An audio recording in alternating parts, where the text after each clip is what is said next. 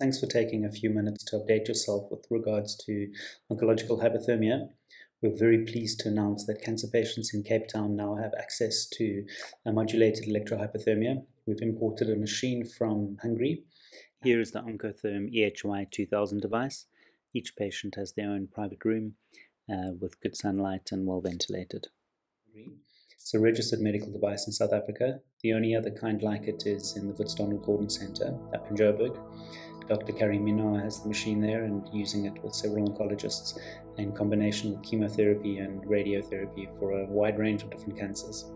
They've also just published a phase 3 clinical randomized controlled trial with cervical cancer patients stage 2 and 3 with significant improvement in regional control rates and local disease-free survival.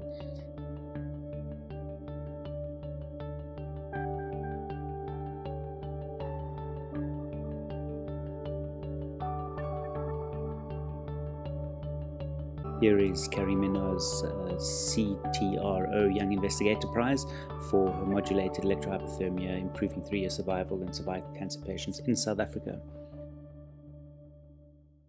All participants received conventional protocol, and in the intervention group, they received additional modulated electrohypothermia twice a week. There was complete metabolic resolution of disease in 13 of the patients and only 3 patients in the control arm. Here we can see in the Kaplan-Meier that the overall 2-year survival is significantly improved. And here we can see that when hyperthermia was combined with a conventional treatment, up to 90% of patients had a 2-year disease-free survival, whereas only 75% achieved this in the control arm. And in the meta-analysis with 807 locally advanced cervical cancer patients, we can see that the complete remission was 22% more likely in the hyperthermia combination group, and the loco-regional control was 23% more likely in the hyperthermia group than that of conventional chemoradiation. Here's another study looking at the abscopal effect and enhanced immune response with the modulated electrohypothermia and cervical cancer. I've extracted a few snippets from Prof. Data's lecture at the ASHO conference regarding this meta-analysis and systematic review for hyperthermia and loco-regional breast cancer. And this is the forest plot for all these 26 studies. And what we found here also, the overall event rate was 0.618. They were indicating that the complete response achieved by adding hyperthermia is 63.3%. Now, this is what we found with pre-treatment, and this is what exists after 1 year, and you can see a complete response here. Some of the other patients which we found in Switzerland, these were the patients who were treated at Kaiser. When I was there in Kaiser, you see almost a complete response of these patients. So we could perhaps conclude that hyperthermia and radiotherapy is an effective and a safe modality to treat the loco-regional recurrent breast cancers. One can expect a complete response in about 60 to 66% of the patients, which is in fact 22% higher compared to radiotherapy alone. The applications are quite versatile in that it's a non-invasive procedure. The patients are quite comfortable on their back for 60 minutes of treatment. The side effects are limited to superficial skin irritations, but are quite rare and usually due to prolonged exposure. And it's affordable and accessible in terms of only having 10 cycles, either twice a week or 3 times a week. All randomized controlled trials reporting level 1 evidence that hyperthermia combined with radiotherapy or chemotherapy drastically improves therapeutic outcome whilst not enhancing any normal tissue morbidity. The way this works is several-fold. By having 2 electrodes with 13.56 Hz frequency traveling through the tumor tissue, it is selectively heated up to 42-43 degrees. This mechanism allows the area and tumor microenvironment to perfuse better drug delivery, better sensitization to chemotherapy and radiotherapy, inhibits certain DNA repair processes post-radiation, is involved with the development of heat shock proteins, as well as an abscopal effect with activating immune cells systemically and certainly directly within the tumor microenvironment, stimulating natural killer cell activity. The hyperthermia has a direct cytotoxic effect as well, which doesn't interfere with the chemotherapy but rather works synergistically.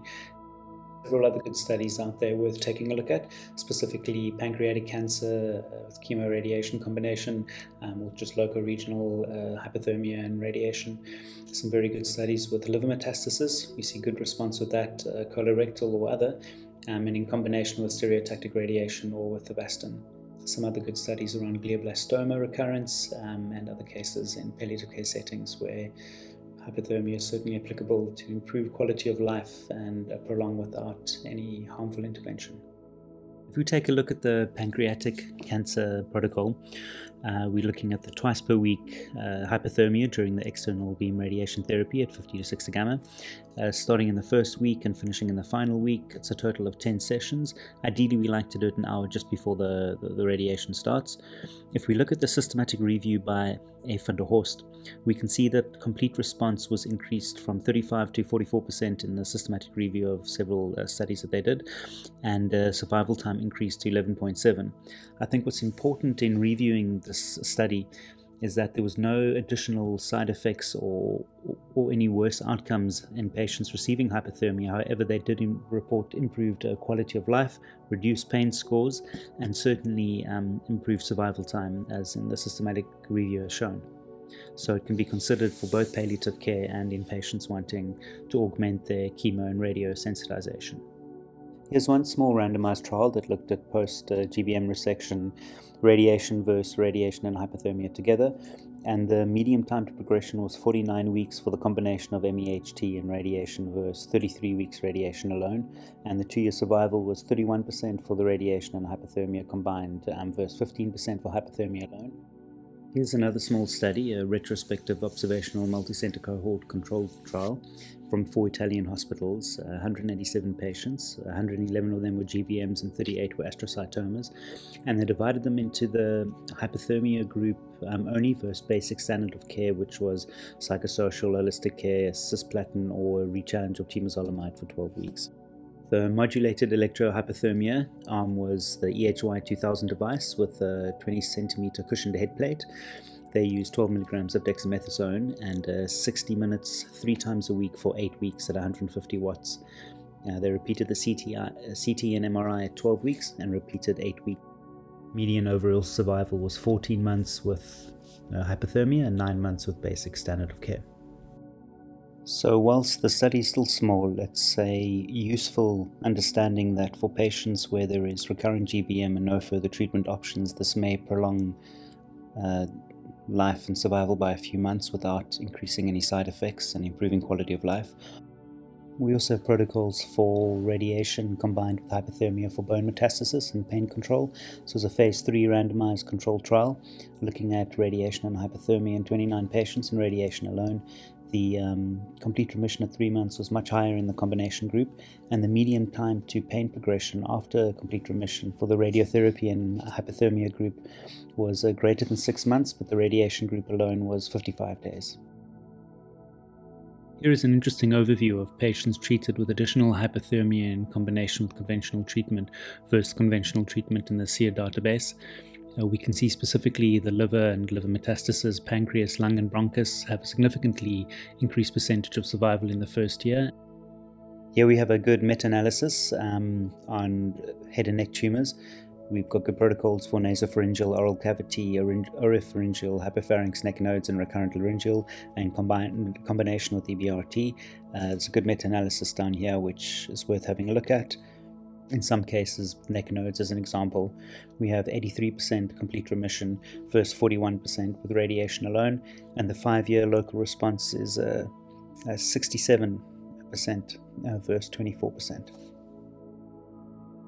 This multi-centered randomized controlled trial looking at recurrent melanomas showed a complete response rate from 35 to 62% in the radiation plus hyperthermia combination group, and the complete response was a significant predictor of survival, 5-year survival.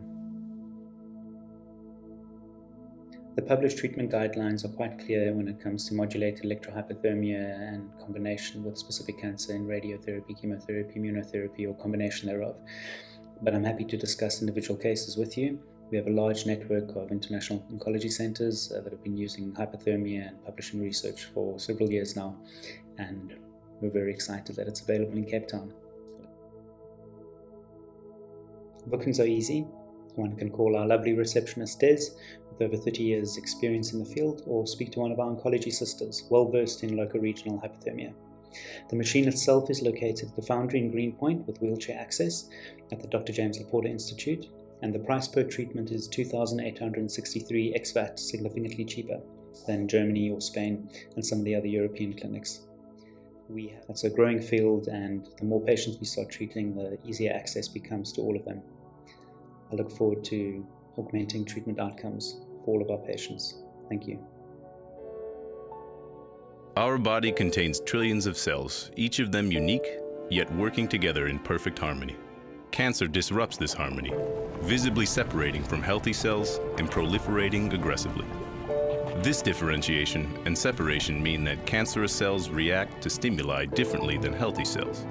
Oncotherm has been researching a targeted therapy called modulated electrohypothermia for 30 years with outstanding results for patients with a wide range of malignancies. Our goal is to establish electrohypothermia as a new standard therapy, combining state-of-the-art medicine with modern technology to help fight against cancer. In this fight, we are proud to introduce our latest device, the EHY 2030.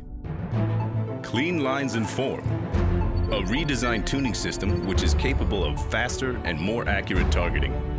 The new concept in oncology hypothermia is the smart electrode system, which provides visual feedback to physicians and adjusts perfectly to ensure the right fit for each patient. The new robotic electrode holder system also makes SCS positioning faster and simpler. A user-friendly touchscreen display provides easy access to all system controls. EHY 2030 is an exceptional tool for all clinics. A unique technique against cancer, a brilliant solution for the patient. Oncotherm brings it all together. EHY 2030. Our mission is your healthy future.